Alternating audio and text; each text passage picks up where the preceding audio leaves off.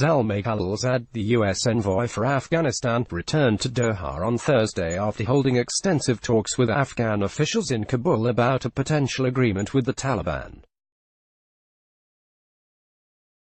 In Kabul, Khalilzad shared the details of a draft agreement with Afghan President Ashraf Ghani and other government officials.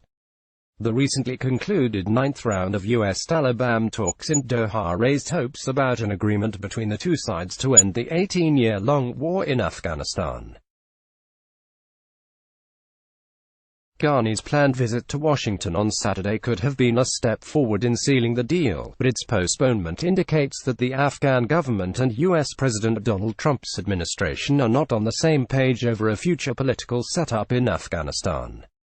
Read more. Afghanistan's rights activists express concern over U.S. Taliban talks, a good deal. On Saturday, U.S. Defense Secretary Mark Esper said that while Washington was seeking a political agreement with the Taliban, it would not accept any kind of deal.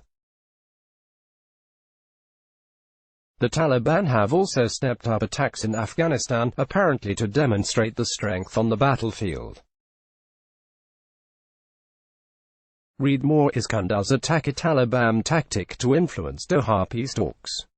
The United States' view is that the best way forward is a political agreement, and that is what we're working diligently on right now. That doesn't mean we'll take any deal, Esper said during a press conference in Paris with his French counterpart. We will make sure we have a good deal, a good enough deal that guarantees at least the security of our countries going forward and a brighter path ahead for the Afghan people, he added.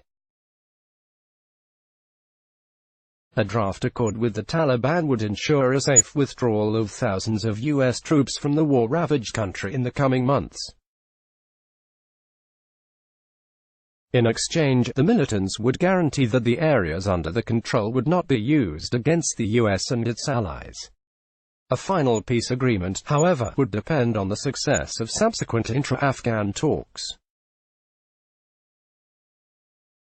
The U.S. ended its combat mission in 2014, although 20,000 U.S. and NATO forces remain in the country, mainly to train and support Afghan troops.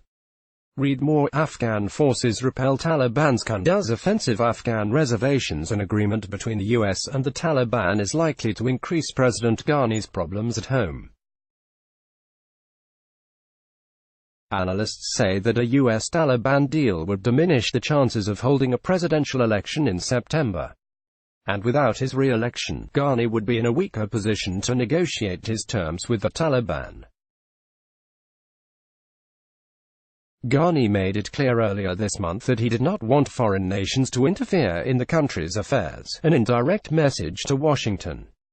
In a televised speech, Ghani referenced the upcoming presidential elections and said that, without a legitimate and strong government that comes through an election, Afghans won't be able to achieve a dignified peace. Our future cannot be decided outside, whether in the capital cities of our friends, nemesis or neighbors.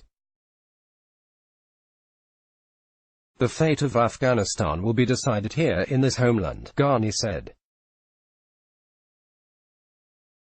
We don't want anyone to intervene in our affairs. Ghani emphasized that peace was only possible between the Islamic Republic of Afghanistan and the Taliban movement. Every evening, DW sends out a selection of the day's news and features. Sign up here. Let's block ads. Why?